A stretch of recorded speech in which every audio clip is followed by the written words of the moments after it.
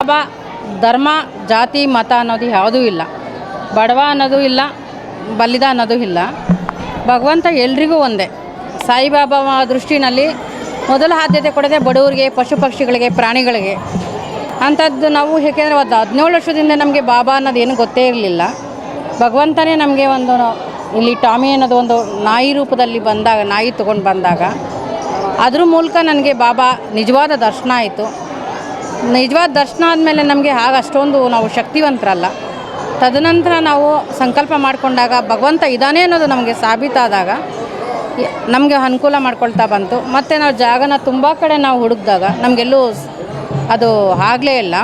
ಕೊನೆಗೆ ಈ ಜಾಗದಲ್ಲಿ ಬಂದು ನೋಡಿದಾಗ 5 ನಿಮಿಷ ಕೂಡ ಆಗಿಲ್ಲ ನೋಡಿ, ನಾವು ಮತ್ತೆ ಹೋದಾಗ ಈ ಜಾಗದಲ್ಲಿ ಮತ್ತೆ ಬಾಬಾ ಕಾಣಿಸ್ಕೊಂಡ್ರು. ಆನಂದ ಗೀತಾಲಯ ಅದು ಎಲ್ಲ.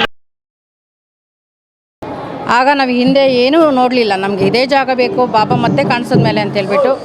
ಭಗವಂತ ಅಂದರೆ ನಮ್ಗೆ ಏನೋ ಅಂತ ದೇವರು ಇದಾನೋ ಇಲ್ವೋ ಅಂತ ನಮಗೆ ಗೊತ್ತೇ ಇರಲಿಲ್ಲ. ಬಾಬಾ ಇದ್ದಾನೆ ಅಂತ ಗೊತ್ತಾಗಿದ್ದೆ ಬಾಬಾ ದರ್ಶನ ಆದಮೇಲೆ. ಆಗ ನಾವು ಇದೇ ಜಾಗನ ಪರ್ಚೇಸ್ ಮಾಡಿ ತೊಗೊಂಡು ಮತ್ತು ಇದನ್ನು ನೆರವೇರಿಸಿ 2018ರಲ್ಲಿ 12ರಲ್ಲಿ ಗುದ್ಲು ಪೂಜೆ ಮಾಡಿದ್ವಿ.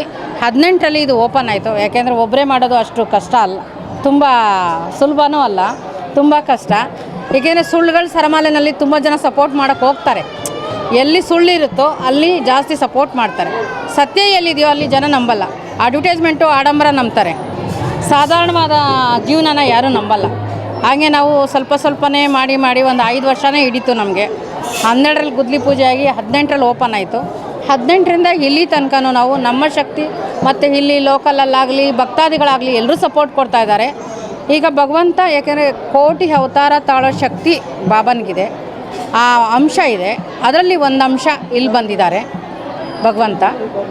ಆಮೇಲೆ ನಮಗೆ ನಾಗಸಾಯಿಯಾಗಿ ಇದೇ ಪೀಠ ಕೂರಿಸಿದ್ದೀವಲ್ಲ, ಅಲ್ಲಿ ಬೆಳಗಿನ ಜಾವ 4:15ಗೆ ಸರ್ಪ ಬಂದು ಮಲ್ಗಕ್ಕೆ ಶುರು ಆಯಿತು. ನಾವು ಮಾಡಿದ್ದು ಮೊದಲು ಬರೀ ಬಾಬಾನ ಮಾತ್ರ. 2:30 ಅವರು ನಮಗೆ ಪಿಲ್ಲರ್ ಹಾಕೋ ಟೈಮಲ್ಲಿ, ಅದೇ ಏನು ಪಾಯ ಹಾಕ್ತೀವಲ್ಲ ಆ ಟೈಮಲ್ಲಿ 2:30 ಗಂಟೆ ನಾಗಸರ್ಪ ಬಂದು ಕೂತ್ಕೊಂಡು ನಾನು ಬರೋವರೆಗೂ ಅಲ್ಲೇ ಕೂತ್ಕೊಂಡಿತ್ತು. ಆಗ ಎಲ್ಲರೂ ಸಂಕಲ್ಪ ಮಾಡಿ ಅಂತ ಕೆಲಸದವರೆಲ್ಲ ಕಾದ್ಕೊಂಡಿದ್ರು. ನಮಗೇನು ಅಷ್ಟೊಂದು, ಯಾಕೆಂದರೆ ಆಧ್ಯಾತ್ಮಿಕದಲ್ಲಿ ನಾವು ಮುಳುಗೋರು ಅಲ್ಲ, ದೇವ್ರನ್ನ ನಂಬ್ತೀನಿ, ತುಂಬ ಹೋಗಲ್ಲ ನಾನು. ಆಗ ಅಯ್ಯೋ ಬಾಬಾ ಬರ್ತಾರಾ, ನಾಗರೂಪದಲ್ಲಿ ಬರ್ತಾರಾ, ಏನಪ್ಪ ಎಲ್ಲರಿಗೂ ದರ್ಶನ ಕೊಟ್ಟಿದ್ಯಾ ಅಂದಾಗ ನಾನು ಬರೋವರೆಗೂ 2:30 ಅವರು ಸರ್ಪ ಇಲ್ಲಿ ಕಾದ್ಕೊಂಡು ಕೂತಿತ್ತು ಈ ಜಾಗದಲ್ಲಿ. ಮತ್ತೆ ಎದ್ದು ನಂಗೆ ದರ್ಶನ ಕೊಟ್ಟು ಬಲಗಡೆ ಹೋಗಿ ಮತ್ತೆ ಇಲ್ಲಿ ಪೀಠ ನಾವು ಪ್ರತಿಷ್ಠಾಪನೆ ಮಾಡಿರೋ ಜಾಗದಲ್ಲೇ ಬಂದು ಬೆಳಗಿನ ಜಾವ 4:15ಗೆ ಮಲ್ಗಕ್ಕೆ ಶುರುವಾಯಿತು. ಆಗ ನಾನು ಬೆಳಿಗ್ಗೆ ಎಲ್ಲರೂ ಸಂಕಲ್ಪ ಮಾಡಿ ಅಂದಾಗ ಇಲ್ಲೆಲ್ಲ ಕೆಲಸದವ್ರು ಮಲ್ಕೊಳ್ತಾರಪ್ಪ, ದಯವಿಟ್ಟು ಹೊರಗಡೆ ಹೋಗು, ನೀನಿದೆಯಾ ಅನ್ನೋದಾದರೆ ನಾನು ನಾಗಸಾಯಿ ಅಂತ ಪ್ರತಿಷ್ಠಾಪನೆ ಮಾಡ್ತೀನಿ ಅಂತ. ಅದು ನನ್ನ ನಾಲ್ಗೆಲ್ಲ ಆ ಕ್ಷಣ ಬಂದಿದ್ದು. ನಾನು ವಾಸ್ತುನೂ ನಂಬಲ್ಲ, ನನಗೇನು ಅನಿಸುತ್ತೆ ಅದನ್ನೇ ಮಾಡೋದು. ಕೆಲವರಿಗೆ ನಾನು ರೂಢ್ ಅನ್ಬೋದು, ಬಾಬಾ ಕೂಡ ಬಾಬಾನೂ ಎಲ್ಲ ಬೈತಾರೆ, ಅವ್ರು ಕೋಪಿಷ್ಟ್ರು ಅಂತ. ಹಾಗೆ ನಾನು ವಾಸ್ತು ನಂಬಲ್ಲ, ನನಗೇನು ಅನಿಸುತ್ತೋ, ನಂಗೆ ಸರಿ ಅನಿಸುತ್ತೋ ಅದನ್ನು ಮಾತ್ರ ನಂಬ್ತೀನಿ. ಈ ದೇವಸ್ಥಾನ ಕಟ್ಟೋಕ್ಕೂ ನಾವು ಯಾವುದೇ ವಾಸ್ತು ಕೂಡ ನೋಡಿಲ್ಲ, ನಮ್ಗೆ ಅನಿಸಿದ್ದೆ ನೋಡಿದ್ದು. ಕೊನೆಗೆ ಸೂರ್ಯ ಉದಯ ಆಗೋ ಕಡೆನೇ ದೇವ್ರು ಬಂದಿದೆ. ಆಗ ಬಾಬಾ ನನಗೆ ನಾಗಸಾಯಿ ಅಂತ ಪ್ರತಿಷ್ಠಾಪನೆ ಮಾಡ್ತೀನಿ ಅಂತ ಬಾಯಲ್ಲಿ ಬಂದುಬಿಡ್ತು. ಮತ್ತು ನಾವು ಯಾವ ಸ್ವಾಮಿಗಳನ್ನ ಕೇಳಿಲ್ಲ.